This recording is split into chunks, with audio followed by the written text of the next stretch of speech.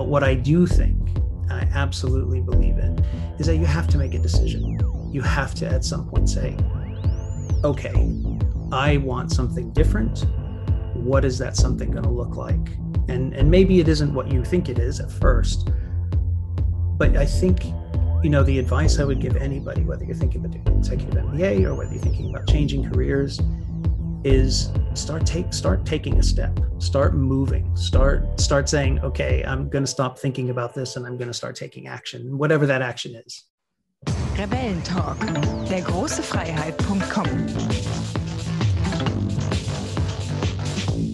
Ja, und hier sind wir wieder, die zwei Positionierungsrebellen der großefreiheit.com, Jens Alsleben und Jörg Christoph from Hamburg, and a sunny day because we have to talk in English today. Yes, our first podcast in English, thanks to Gary. And we are very happy about that. Yeah, Gary Anello is with us today. Thanks for joining us. Gary is a very interesting guest we have today. He will introduce himself in a little while, but what I like about your profile is it's such a broad spectrum. You're introducing yourself as a business storytelling coach, consultant, and a certified Birkman consultant, and an EMBA Career Center manager at the WHU, the WHU in Koblenz-Wallendar, one of the most prestigious business universities in Germany. So very, very interesting. Thanks a lot for joining. And how are you today in your personal life and in the world of coaching? Both are pretty good. Thank you. First of all, thank you for having me. And again, I'm honored to be here and to be the first English-speaking guest on Rebellentalk. It's great. It's great. Thank you very, very much. And thank you also for accommodating the fact that my German is not so great. Yeah, I mean, there's a few different hats that I'm wearing. I do have a pretty broad background. I originally came from, as you can hear, from the United States. For the first half of my working life, I was a professional actor in the United States. It's what I went to college for. It's what I studied in at university. I got a bachelor's degree in theater, and I lived in Chicago, Los Angeles, did that for a number of years, essentially for the first half, as I say, of my working life. Decided I wanted to try a number of different things. I loved doing that. I still love doing that. But I knew that if I stayed doing that, I would be limited limited as to what I could experience in the world, in my life, in the working world, in terms of career, because that requires so much energy and so much focus. And so I decided to branch out, and I got into teaching. I got into training, a few different steps that are quite detailed I won't go into, but I found myself in Italy, then in the UK, doing a master's degree in human rights, and then back in the States for a short time, and then back in Italy, and then ultimately in Germany in the corporate training field. And it was all of that a couple of years ago led me going into Kellogg-WHU at the Executive MBA program as the Career Center manager.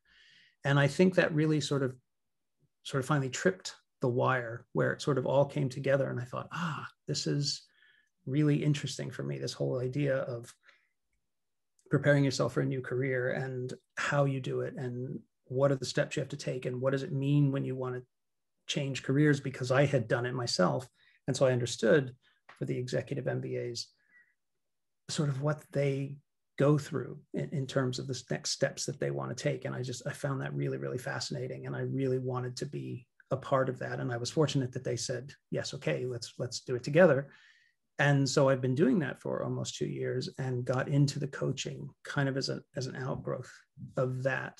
And the storytelling kind of goes back to the theater background, and the idea that we hear so much now in business about storytelling. And I used to train in business storytelling at my previous work, and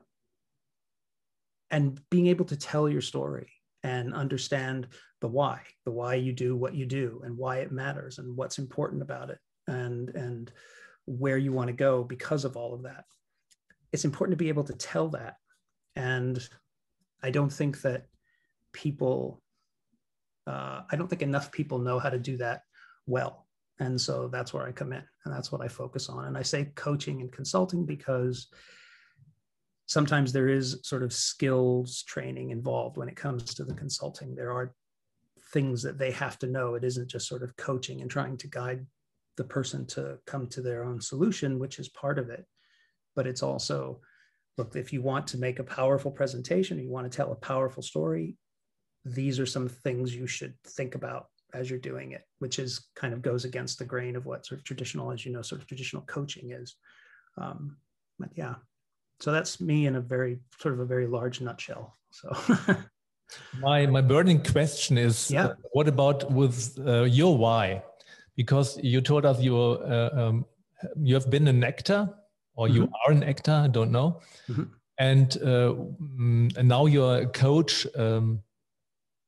Where is your, is it changed your why, or is your why the same, or where's the bridge between? That's a good question. I don't think that it has changed. I think what's happened is over the years, I've really got to another layer of it, you know, and all of the thing about, you know, when you start with why, and why is that important, and why is that important, and why is that important.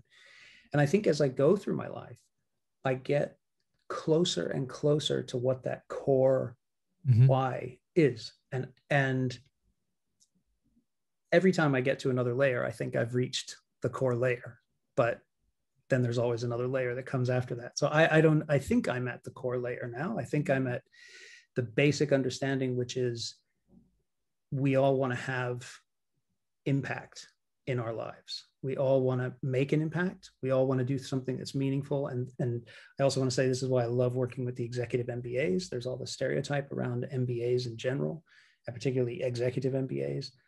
But what I find is that the executive MBAs really, really, really want to make a difference. And I think we all want that. And with my skills and with my having gone through some of that experience, I bring all that to bear in the situation and help them, you know, really get to the core of what matters to them and how they can make best an impact wherever they are, whatever that work is, or whatever that work ultimately turns out to be, because it may be different.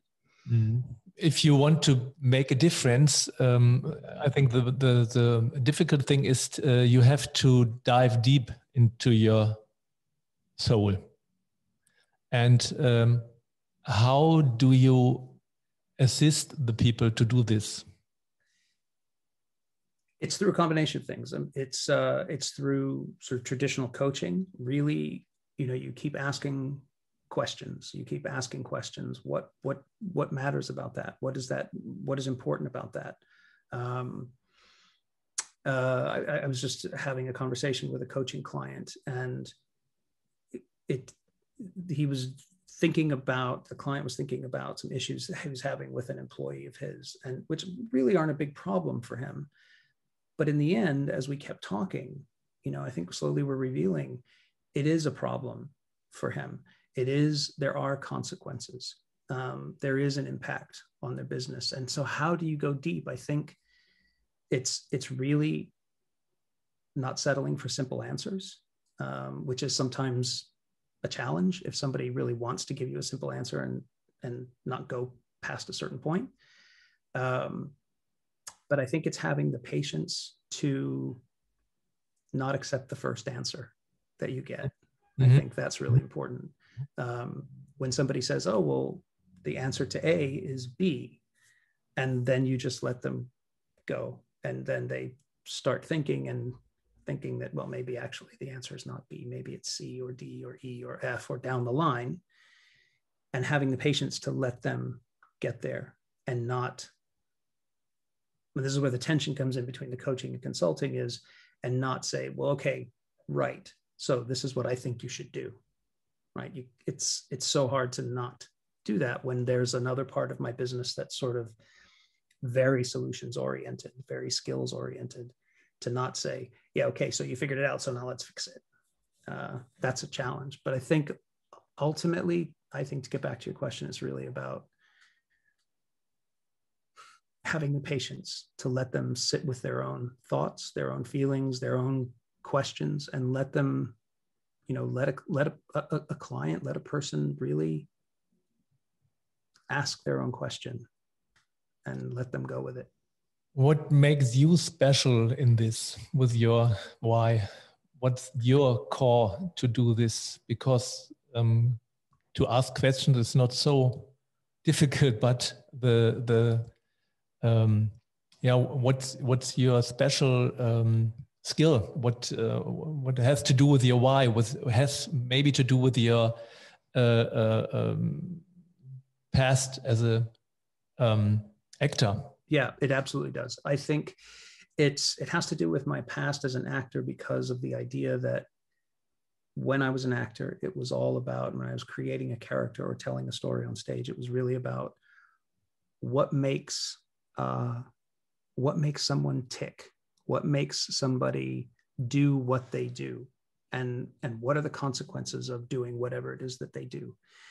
And so and that also carried into when I did my master's degree in my human rights work.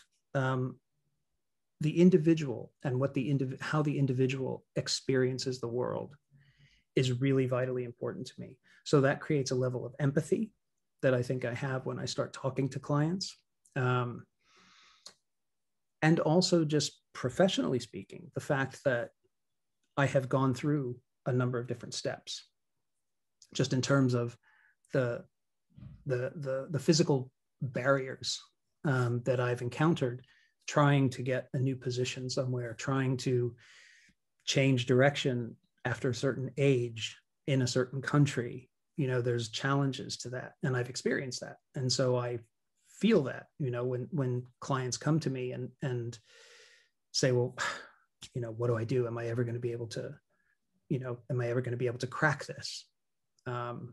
I've been there. I feel that. I can't guarantee anything. I can't guarantee a result or promise an outcome. But what I can say is I feel where you are. I've been where you are. I understand. I get it. And let's see what we can find together. Mm-hmm. When you started working at the WHU, what did you understand was the purpose of your services? So why does a university offer these kind of services to their students? What was the real reason? Yeah, the real reason, I think, is that the executive MBAs in particular come into the program really, as I said, wanting to make a difference. And it used to be the way executive MBAs were structured, that employers would pay for or at least partly sponsor the tuition for the executive MBA. Following the financial crisis in the mid-2000s, they don't do that anymore. So now a student comes into the program funding their own executive MBA, and it's a sizable investment, financial investment for them. And so they really do want an outcome. They really want to see that they're developing in terms of leadership and they're developing in terms of career. And at WHU, although my title is Career Center Manager for the Executive MBA, what I'm focused on is coordinating and managing the leadership and career development module of the Executive MBA. So when I joined, it was really about, we have coaches. They do come in and they work with the students, and we have a great relationship with the coaches. But we knew, or WHU knew, that they needed to develop that, because the demand on the part of the students was growing and growing and growing. They really wanted to focus on career development. They really wanted to focus on leadership development. And so we offered workshops, and we offer career coaching, and we offer leadership coaching. But it wasn't enough, or it needed somebody dedicated to it. So somebody sort of managing it or being the coordinator for it. But what I also said when I came in was, I want these students to be able to tell a story of their leadership and career development. Because right now, the way it was, not now, but when I came in, it was more ad hoc. It was more, here's the coaching, here's the workshops, all important, all vital, all necessary. But what I really wanted to do was I wanted to kind of shift the thinking a little bit and make it about the student, the executive MBA candidate, telling a story about their leadership development. So they had a clear sense of what their leadership was like when they started, and they have a clear sense at the end of what their leadership is like. So again, it's the story. It's an arc. It's about development. And so I came in just managing it, just, making sure that the bills were paid and making sure that the coaches showed up when they were supposed to show up and making sure that there were workshops ready to go when they were supposed to be ready to go. But as I've been there and working with the program director, who's fantastic, and with the career center director, who's fantastic, saying, I want them to be able to tell a story. I want them to be able to draw a line in their development, not just say, we got these workshops. And you wanted that change because you thought, what is so important about drawing the line? Because I think being able to step back from their journey after the fact, that they can track their own development, they can track their progress, they can see, well, I started out as this kind of a leader and now I am this kind of a leader, rather than just say, otherwise it's this sort of this sense, that you're pulling these leadership skills from the air and trying to see, well, how do they fit together, or do they even fit together? I don't know, because we have workshops on different kinds of skills and in different situations. And so it was really about, can we create something that builds on what we did previously? And can we deliver workshops rather than just deliver them when it's convenient? Can we deliver them in a way that is connected perhaps to their academic content? Is there something about this leadership workshop that we want to deliver that resonates with their academic content? Can they draw a line from that to the module that they're working on? Because the program's modular. They're there for 5 days at a time, every 6 weeks or so, 6 to 8 weeks. So the question is, can they connect dots rather than it just being kind of ad hoc? So that falls into the SMART idea. So you have to be able to measure it somehow, your progress, also to argue the value for money type of thing, right? Right, absolutely.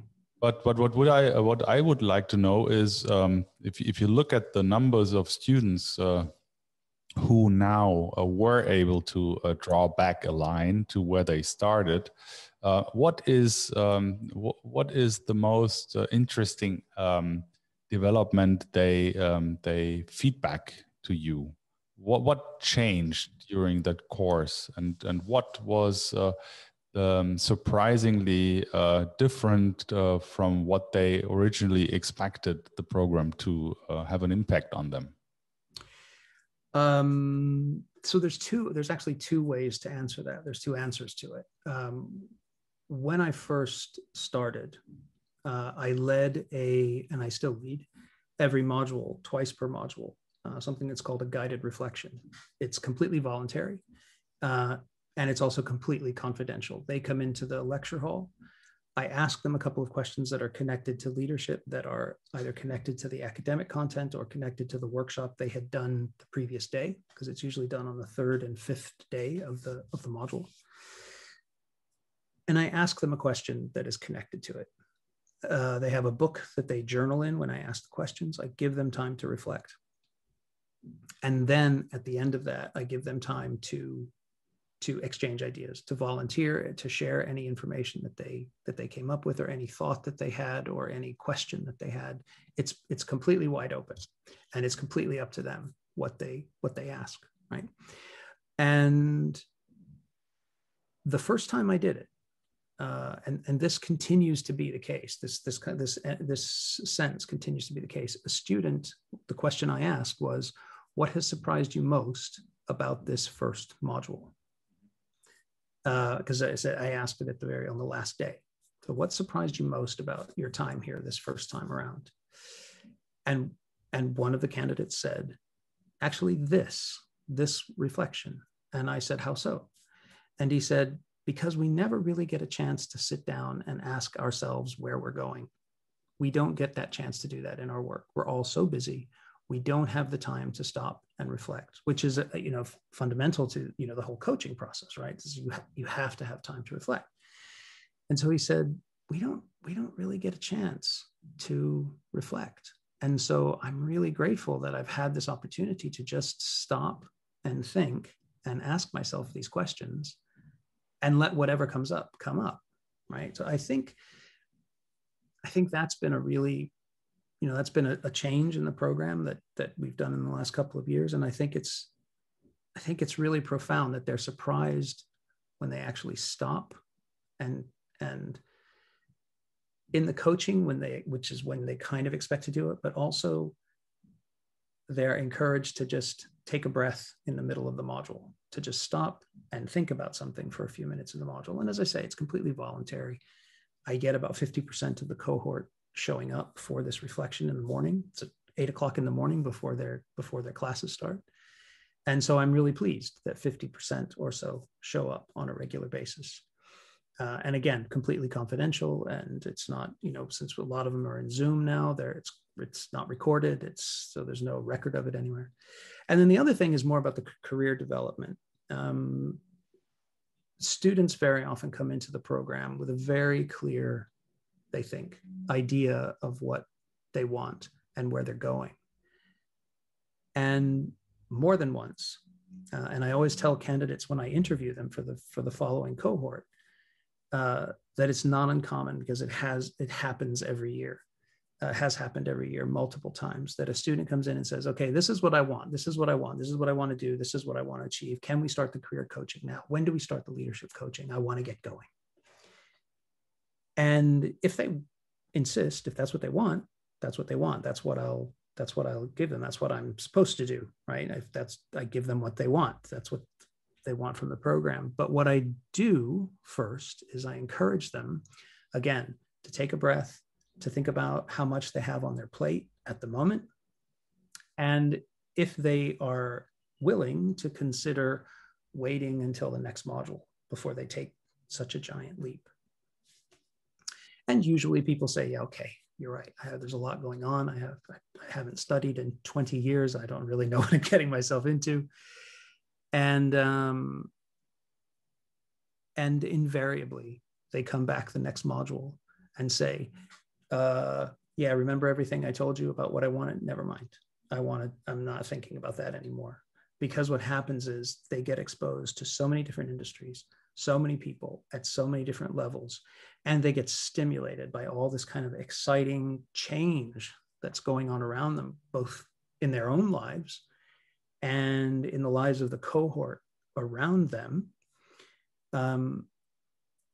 that they just get completely surprised by, I think, the possibility in terms of career. I think they're surprised by the possibility.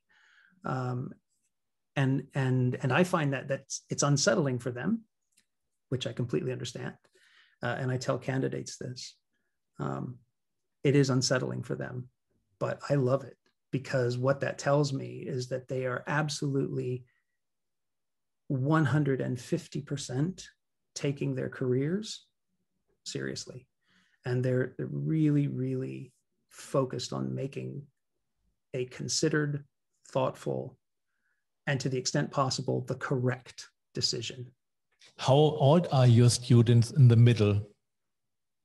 The average is... Because my experience is when they are too young, they can't understand how serious that might be to become a leader. The average age for our executive MBA is 38. 38. So yeah, and they have typically about a decade or so minimum of I think 13 years. I think the average experience is 13 years. Okay. But work experience. So they're kind of ready for that change. They're ready to take on responsibility, or they're ready to moving from perhaps a senior manager, and they want to go to C-suite. They want to get to that level. They want to get to a boardroom. or they've had enough of the work that they're doing, and they really feel that they're capable of a startup, of becoming entrepreneurs. Mm. I know exactly what you mean. When I did my executive MBA, I was 33. Mm-hmm. And I did a European partnership MBA program with Lufthansa, Merck, MCI Mm-hmm. WorldCom, and Deutsche Bank. And it really blew me away to see the variety of job opportunities out there, and to really get in touch with other people and really get to know over a period of 2 years about their work life and about the career management in the different companies. And a lot of us changed jobs afterwards, because it was the time to reflect. It was the time to make friends without any competition. It was the time to really rethink everything. And there was one moment when we did the FIRO-B and MBTI psychoanalysis tests, mm-hmm. And I got the results, and that lady, she just looked at me and said, "You aren't quite comfortable in your job, are you?" And back then, I was under a little bit of pressure, and that really, and never forget that it was a December module, and in January, I talked to my boss and said that I want to move on. Right. Because that was the kick I needed, and the bravery of my comrades around me to support me in just change, and that was a lovely experience. And we made friends, really big friends, and we still are. Most of my closest friends are still from the MBA time. Mm-hmm. A great team. So my question is, I would like to come back to the storytelling. Sure. And what do you think makes a good story? When people, they have life experience and they have your program, and what the main point from your point of view, what makes a real good story, not good, measurable from the heart? What do you think about? I think ultimately, I think that's a good point. I think ultimately it's about the heart. I think where it becomes meaningful is it's about the change. It's about, it's the core of what makes drama. There has to be a change. There has to be things go up and then go down, or they are here and they go way, way, way down, and then they come back up again. And I think the more that you make your story, whatever that is, whether it's about your business, your career, your life, your personal situation, the more that it is about transformation and the extent to which you were reluctant to make that transformation, and when you embraced it, or maybe you didn't ever embrace it, but it's about that transformation and the kind of impact that it had on you. And people always cite, the Star Wars trilogy and, as storytelling examples. And I think they are great storytelling examples, because here you have a hero. It's a classic hero tale. He didn't want to do what he did. He had no choice. And then he realized at the end that he was kind of destined to do it all along. And what would have happened if he had not embraced what he should do? And I think I think stories like that are really, really powerful. And so what makes a good story is the transformation that happens. What do you think? Are they brave enough to face their own truth? The candidates, the executive MBA candidates, or I think they are. I think they are always they have undertaken a huge commitment financially and in terms of time and professionally. By and large, yes, they know what they're getting into. They may not know quite the extent of what they're getting into, but I do hear it all the time. And it's not unique to Kellogg-WHU's executive MBA. I hear it from executive MBAs, and Jens, maybe you can say yourself, you kind of expected transformation. You didn't expect the transformation that you ultimately experienced. And friends for life is something I hear all the time. I thought what you said, Jens, was beautiful about, you were suddenly in this environment where there was no competition, right? And I think that's a really powerful thing to understand about the Executive MBA. People aren't really competing against one another. It's not like a typical job situation, right? Where you're trying to get ahead. You're not really trying to get ahead. You're really there to support one another. Yeah. So what I would, as we are not promoting an MBA program, I think yeah. I think it's really worth considering. But what really is interesting for us is they come in as leaders at the average age of 38, and they go out as different leaders. And there is something which changed in the middle. But what changed in their leadership behavior?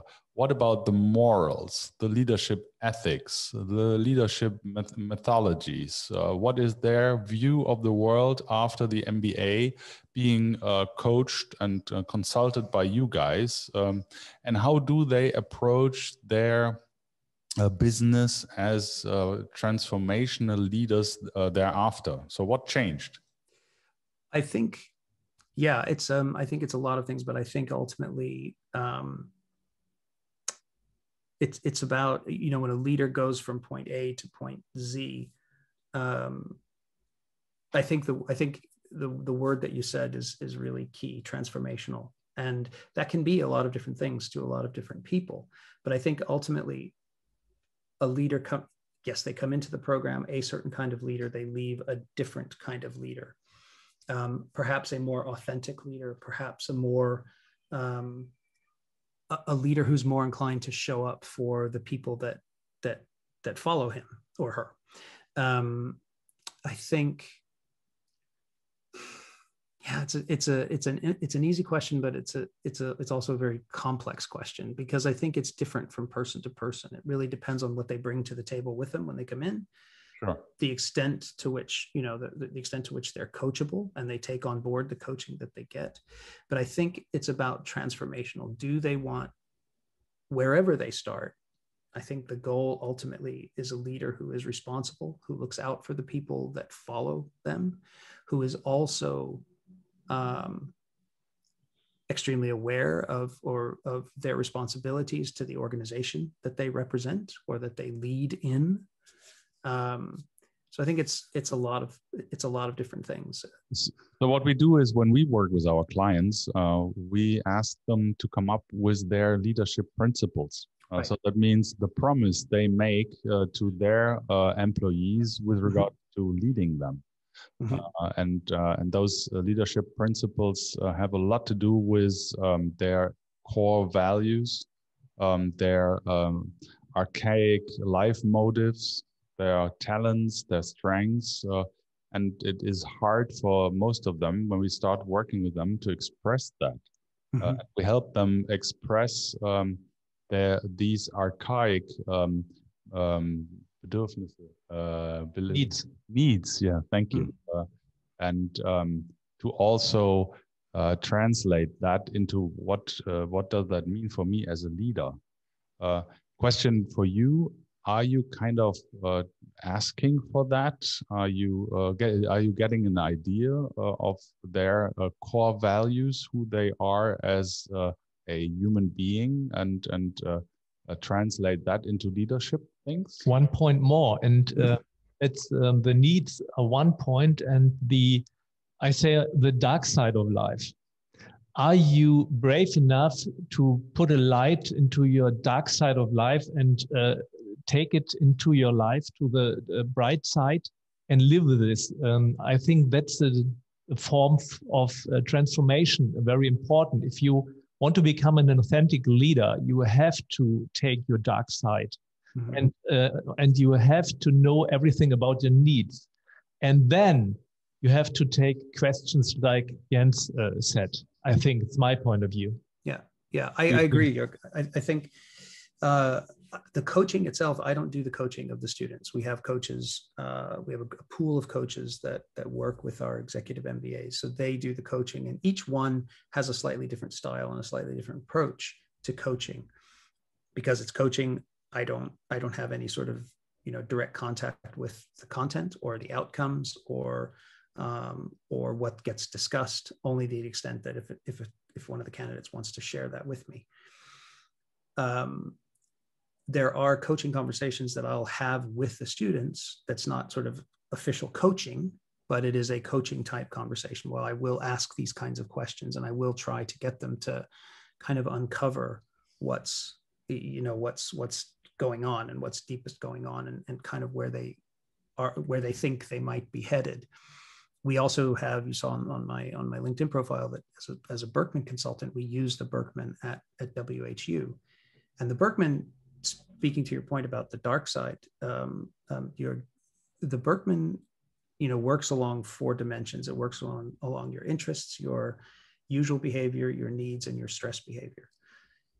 And so when they do this questionnaire, which is a little bit like the MBTI, but a little bit not like the MBTI, and a little bit like DISC, but a little bit not like DISC, as they all are. But I like the Birkman because I don't think I think it holds up a mirror, and I think it helps you look square in the face of what happens when you're not. It's the usual behavior is what happens when your needs are being met. And the stress behavior is what happens when your needs are not being met. And so I think it's useful to I do individual debriefs myself with the students at the beginning of the program. And we don't shy away from, what happens when you don't get this? What happens when you have this need and it's not being met?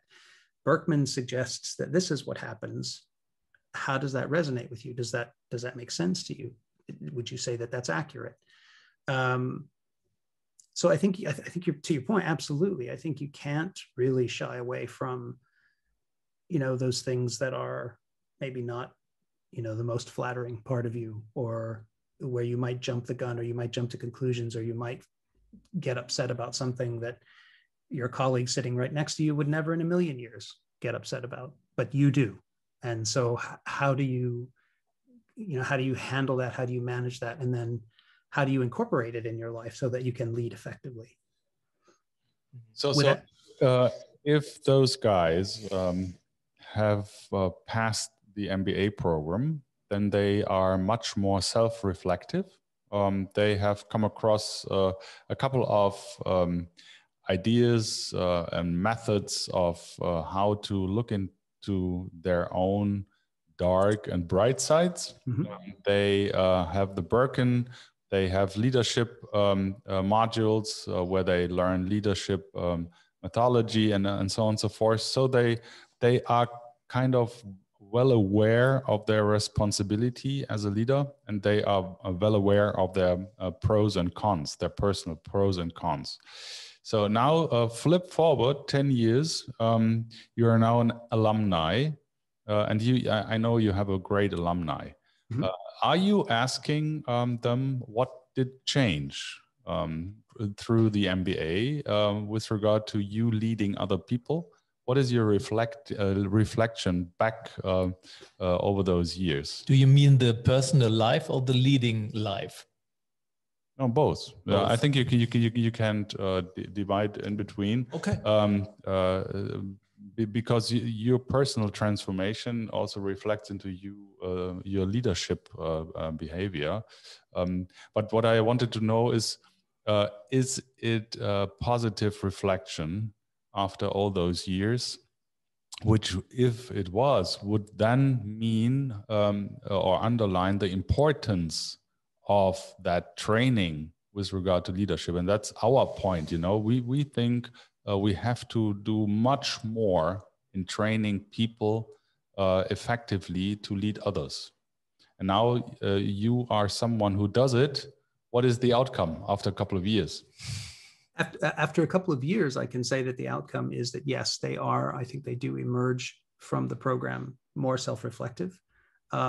Since it's only been in the last couple of years that we've had this really concentrated concept of an arc of development and an arc of leadership. Again, it's been sort of in the past ad hoc. So previous cohorts and alumni from 4, 5, 6, 10 years ago, it's difficult for me to speak to that.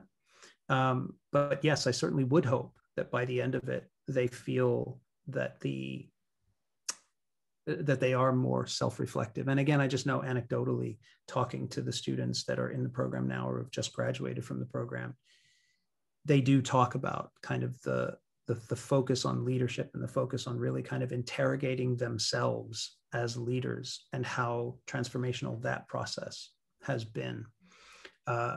It does remain to be seen, but I know that I think it's going in the right direction, simply because we do have alumni who do make a point to comment that the focus on leadership development has been appreciated. And I know, in the past, I have heard alumni who have expressed that they wish there had been something more structured years and years and years ago. But that's true of every executive MBA. I mean, as I said, it's been really been since the mid 2000s that executive MBAs have thought, we really need to focus on this, because the students are much more focused on their own career outcomes, their own leadership outcomes, because they're paying for it themselves. If you have to make a choice and you have to make a decision that you are allowed to take only one thing from your program, what do you think is the most important thing of your whole program? The core, for example. Of the entire program itself, or from the area that I work on? For the entire program, it's a really good question. I think it's along the lines of what you said earlier, Jens, about this idea that you're in a group of people and you're not competing with one another. I think the sense of community that you create is really crucial, because that community gets you through the program, and that community sustains you in a very difficult program, and it sustains you and supports you after the program. So I think it's about the community, the academic community, the leadership community. It's all about community. It's very important for us to know, because we have a club with entrepreneurs and leader. And that's our idea, to make a community with no competition, with being free and being brave enough to talk about the dark side and the bright side. And we think that's the most important thing. That's because I asked you. Thank you. Yeah, I think that I just had I was just doing a thing a few weeks ago with our leadership coaching provider, and the discussion came up about psychological safety and how important that is in a learning community, in a work community. You have to have the psychological safety to voice your opinion, to make mistakes, to learn, to fail, and to reflect all the time, and to reflect. Absolutely. And you have to have the psychological safety to be able to challenge the person that's signing your check every month. You have to.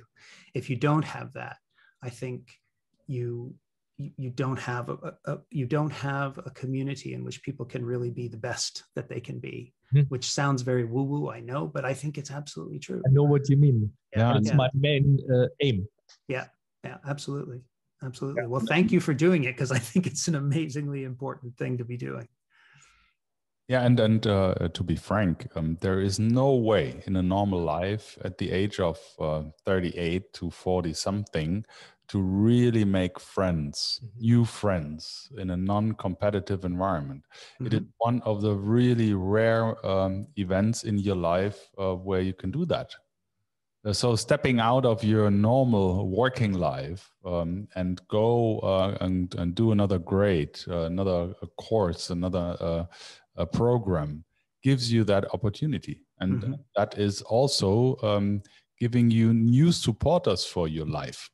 And that is really undervalued to many, that they only see the costs. And it's not even the network that I get a better entry ticket into other companies or whatever. It is really, really about making friends and readjusting your whole social environment. Absolutely. The question is, how can you improve your career? And there you have some golf clubs, some sailing clubs, some different business clubs, but there's no one you can be you. You can't be authentic, and you are always playing a role. And that's not our aim.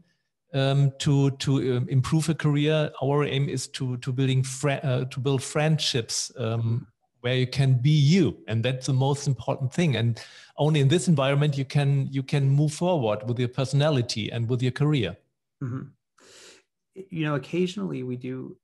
Students who join our program, they want the network. You know, the extensive network between Kellogg and the extensive network with WHU, which is true. I mean, it is a genuine thing. It is a powerful network. But it always, you know, every so often there is a student who really seems to be kind of obsessed with the network. You know, what can they get from the network? What can they get out of the network?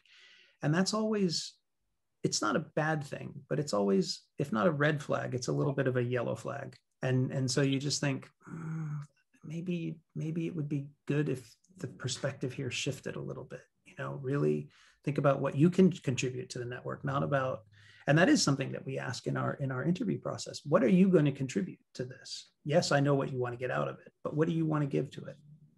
And the bottom line is how to manage relationships. Absolutely. That's the main question. What can I give, not what can I get? Right. And this all is about the community. It's all about how you develop these strong ties with the people that you spend a huge amount of time with over the course of 2 years. Yeah. It also makes you a more humble leader. Absolutely. I think in terms of the concept of humble leadership, I think the more that you can ask questions as a leader, the more that you can say, help me understand. I don't know the answer to this. How do I figure this out? What can you do to help us solve this problem? How can you help? You know, how can I help you solve this problem? Not I have the answer, but how can I help you solve this problem? Or how can we all solve this problem together? And yes, of course, a leader has to take charge at some point. But yeah, the humility, so important, so important. Absolutely. So we have one problem. We are running out of time. No, we're not. Very sorry. We are. Oh, very nice to talk to you. Yeah. All right. It's been fantastic. Maybe one last advice, hint, idea, which you want to bring across for our people listening, for our audience. Yes. Sure. I think, you know, it goes back to an earlier question. It underpins everything that I do. It underpins the reason that my coaching and consulting business is called Late Is Now, that if you really want to do something, you just owe it to yourself to start figuring out how to do it, and start figuring out how to do it now. I don't think that anybody can have any career they want at any time that they want in their life. But what I do think, I absolutely believe in, is that you have to make a decision. You have to at some point say, okay, I want something different. What is that something going to look like?